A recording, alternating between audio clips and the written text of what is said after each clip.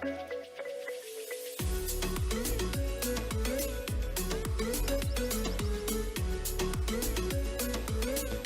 guys, so got another video for you today, and this time we're going to be taking a look at this, which is the SWIT CM75F, and it's a 3000 nit 1080p IPS 7-inch monitor, and it's actually been co-developed by two companies, SWIT as the CM75 and OSEE as the T7.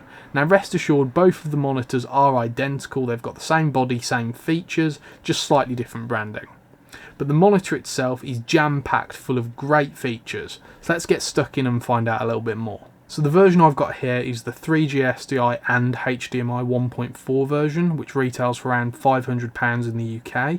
Now there is a slightly cheaper model available which is HDMI only, and that's around £350–360. First impressions of this monitor are fantastic. It looks and feels a lot like a small HD 702, and that's a really good thing in my opinion. So the CM75 has a plastic body and it's got HDMI in and out along with SDI in and out. Now unfortunately the monitor can't cross convert between the two signals, but I think for the price of the unit we can't complain. The CM75 has a locking DC power port and includes a DC to D-tap cable. It also has an MPF battery plate on the back of the monitor for battery power, and unfortunately the monitor isn't touchscreen. It's very similar to the 702 in the fact that all navigation is performed using this little red joystick. So on to the main features of the monitor. Here we've got the main screen which shows the feed from the camera, and then to navigate around this main screen we use the red joystick. And we can move it left and right to move between the My Scene windows, and you can have 8 of these windows on the monitor, and then on each window you can have up to 8 different tools. Toggling the thumbstick down brings up the brightness control, and you can actually turn this way all the way up from 0 to 10, and this is a 3000 nit monitor, so it is very bright. And then flick up the joystick and that will take us out of that menu. If we then push up on the joystick, that will bring us to the magnification, and you've got up to 4 times magnification. Once you're zoomed into the magnification level you want, you can click into the thumbstick and then move it around the screen to check various parts of your image, and that works on both 2 times and 4 times magnification. So if we're back on the main screen and we hold the joystick to the left for a second or two, that's going to bring us to the main actual menu of the monitor, where we can change the display scaling, the input, you can set your anamorphic D-squeeze, you can also update the firmware from this menu and then import LUTs from the SD card. So all the main controls for the actual settings of the monitor are in here. And if you buy the SDI version of the monitor, for example, you've got the input control, which is between HDMI and SDI. You've got the volume and backlight controls. You can auto rotate the display.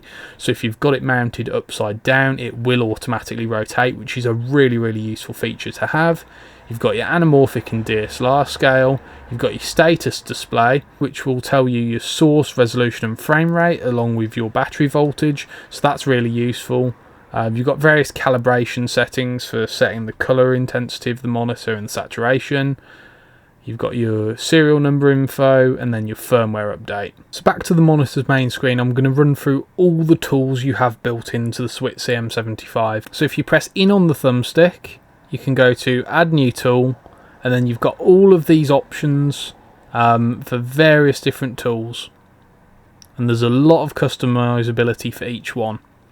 So we've got aspect ratio markers, we've got a safe marker for if you're shooting for TV, we've got a center marker, crosshatch, there's a level tool as well which applies to the monitor being level, so it won't tell you if your shot's level, it just tells you if the monitor's level because it's got a built-in gyroscope. For exposure we've got false color, we've got zebra, we've got histogram, we've got waveform and vector scope. There's focus assist and focus peaking, you've got lookup table controls, audio meters, SDI metadata if you have a camera that supports that, and then image resize.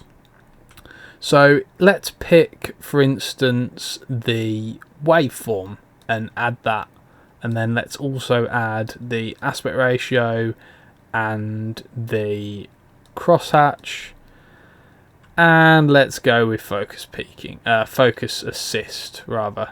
So let's go into our waveform first and then enable it, and then we can change it from Luma to RGB or RGB Parade.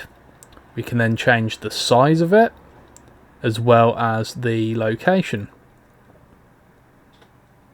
So let's leave it mid-right for now. We've got opacity control as well. So you can change how solid or opaque it is, and you've got 4 steps of control with that. I usually put it on 2 just so I can see through it a little bit but still see it in plenty of detail. So let's have a look at the aspect ratios now. So if we enable that, you can go with a matte or a line. So you see the difference between those. The line is just a straight white line. The matte actually blocks off parts of the image as well. I prefer the line personally, but that's just how I work.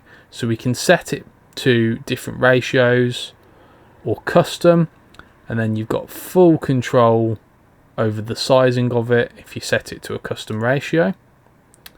Let's turn that off for now and go to the crosshatch.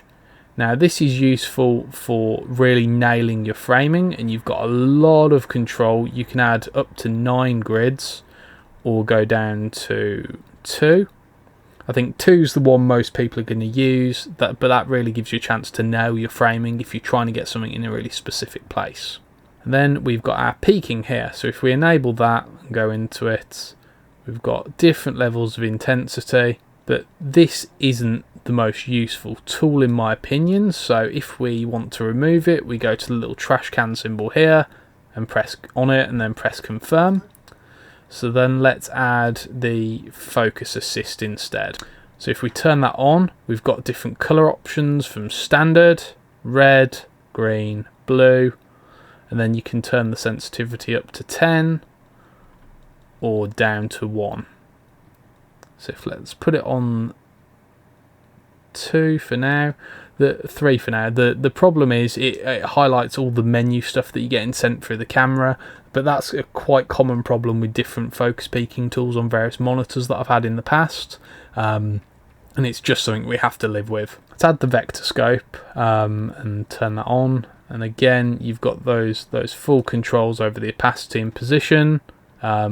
So there's a whole wealth of different customization options, and there's a load of different tools built into this monitor that just make it really useful for setting up shots and gauging exposure. So I've had this monitor since really early in 2020, and I've used it on pretty much every shoot I've been on since I got it, and I really love this monitor. It is so jam-packed full of features, and it's just got such a great price to performance ratio.